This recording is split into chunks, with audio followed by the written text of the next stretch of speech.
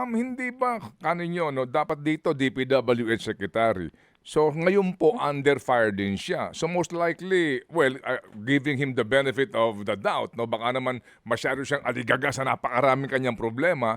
Pero hindi ba ma'am ganito, dapat ito tanggapan na ng presidente mismo ang gumagawa niyan kasi hindi ko namin maintindihan, may Senado na investigasyon, may lower house, tapos yung independent commission, wala po namang liwanag, tapos ang presidente gumagawa ng sariling investigasyon. Sa gitna ng lahat ng ito, parang wala pang ganyan na sandali lang itong mga klarong-klaro na may mga pagkakamali at mismo nang gagaling sa presidente, may dokumento na ito na yung bayad doon sa kontraktor, parang yung sinasabi nyo, parang hindi pa ho nangyayari. Kaya marami nagdududa ngayon dito kung may makukulong ba. Yun nga po. Yan ang problema natin. Kasi itong mga usapin na ito, itong mga pag-i-inspect ng mga project na ito, mga privilege speeches na maganda naman talaga kasi nakakakuha tayo ng mga informasyon, bale wala ito. Kung walang iimbestigahan na seryoso, tapos ito prosecute, tapos i-convict at mapreso. Yan lang ang paraan para maniwala ang publiko na sincero yung ating administrasyon. Isa nga, walk the talk. Seryoso ka. Sabi ng Pangulo, seryoso siya, galit na siya. Pero ano bang mga konkretong steps? Kasi nga, it's being sinufloat yung mga tungkol sa, it can really be an anti-corruption independent commission. Kasi nga, sa ombudsman, wala pa yung regular ombudsman, nag-retire na yung dati, at mukhang wala naman tayo nakikita rin ng mga initiatives ng ombudsman at this point na makaka-assure sa atin na talagang nag-iimbestiga na rin sila.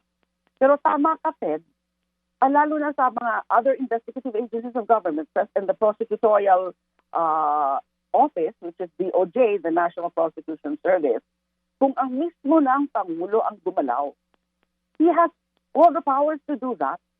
Meron siyang mga pwedeng executive order muna o kaya mga circular na directing, mandating, commanding the appropriate agencies of government na simulan nyo na yung seryosong investigasyon at i-prosecute nyo na. And then, i-prevent yung mga dilatory tactics ng mga iniimbestigahan. Give them, of course, as I said, notice and then hearing. So this can all be summary hearings. Hindi kailangan ng ilang numero ng hearings bago makapag-produce ng findings. Kasi nga, basically, document-based, documentary evidence muna at the level of yung administrative investigation. And then later, magkalap na ng mga possible witnesses bilang mga testimonial evidence, especially yung mga possible whistleblower. So kapag meron ng mga ganun, dapat mabilis din yung proper agency of government, DOJ, NPS, National Prosecution Service, yung tungkol nga dun sa i-secure na yung mga tunay na mga potential na mga whistleblowers. And even bago humarap sa Kongreso, halimbawa may mga nahanap na mga posible na mga whistleblowers with personal knowledge as to the anomalous transaction, individual anomalous transaction, ay kailangan iniisip na rin yun kung paano sila i-secure. And then siyempre, pakikinggan muna sila dyan sa mga hearings.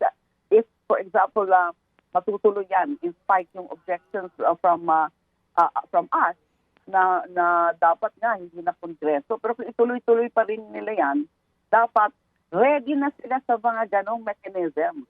Na kung talagang may tunay na whistleblowers, kung kaya nilang protektahan, and then yung pag-grant ng mga immunity sa kanila, whether it's complete or limited immunity.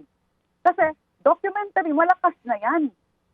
Pero magiging mas malakas kung meron talaga maglalakad.